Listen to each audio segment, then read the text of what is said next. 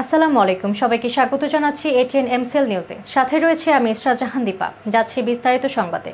জামালপুর জেলা বিএনপির সম্মেলনের দ্বিতীয় পর্বে নতুন কমিটিতে সভাপতি ফরিদুল কবির তালুকদার শামীম এবং সাধারণ সম্পাদক এডওয়ার্ড সালি মামুন সহ 12 জনের নাম ঘোষণা করেছেন বিএনপির যুগ্ম মহাসচিব হাবিবুন নবী খান সোহেল। জামালপুর থেকে শাহিন আলমের প্রতিবেদন। জামালপুর জেলা বিএনপির সম্মেলন উৎসবমুখর পরিবেশে 23 আগস্ট অনুষ্ঠিত হয়েছে। দিনব্যাপী হাজার হাজার নেতাকর্মীর উপস্থিতিতে বেলটিয়া এলাকায় এই সম্মেলন অনুষ্ঠিত হয়। কেন্দ্রীয় এক ঝাঁক নেতাকর্মীর উপস্থিতিতে নানা জল্পনা কল্পনার অবসান ঘটিয়ে জেলা বিএনপিকে দীর্ঘদিনের কোন্দল নিরসন করে একই কাতারে মিলিয়ে নতুন কমিটিতে 12 সদস্যের নাম ঘোষণা করা হয়েছে।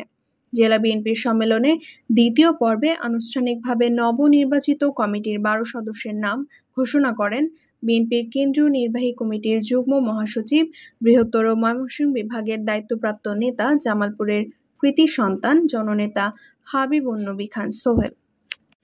এ সময় সভাপতি হিসেবে তৃতীয়বারের মতো আবারও আগামী 3 বছরের জন্য ফরিদুল কবির তালুকদার শামীম ও চতুর্থবারের মতো অ্যাডভোকেট শাহ মোহাম্মদ ওয়ারেস আলী মামুনকে সাধারণ সম্পাদক, সিনিয়র সহ-সভাপতি লোকমান আহমেদ লোটন, সহসভাপতি শামীম আহমেদ, শহীদুল খান দুলাল, লিয়াকত আলী, সিনিয়র যুগ্ম সম্পাদক খন্দকার আসাদুজ্জামান রুমেল, যুগ্ম সাধারণ সম্পাদক সাজ্জাদ হোসেন পল্টন, মুস্তাফিজুর রহমান আরমান, সাংগঠনিক সম্পাদক ফিরোজ মিয়া, শফিকুল ইসলাম খান সজীব, আরিফ হোসেন খান বাহাজ সহ 12 জনের নাম ঘোষণা করা হয়।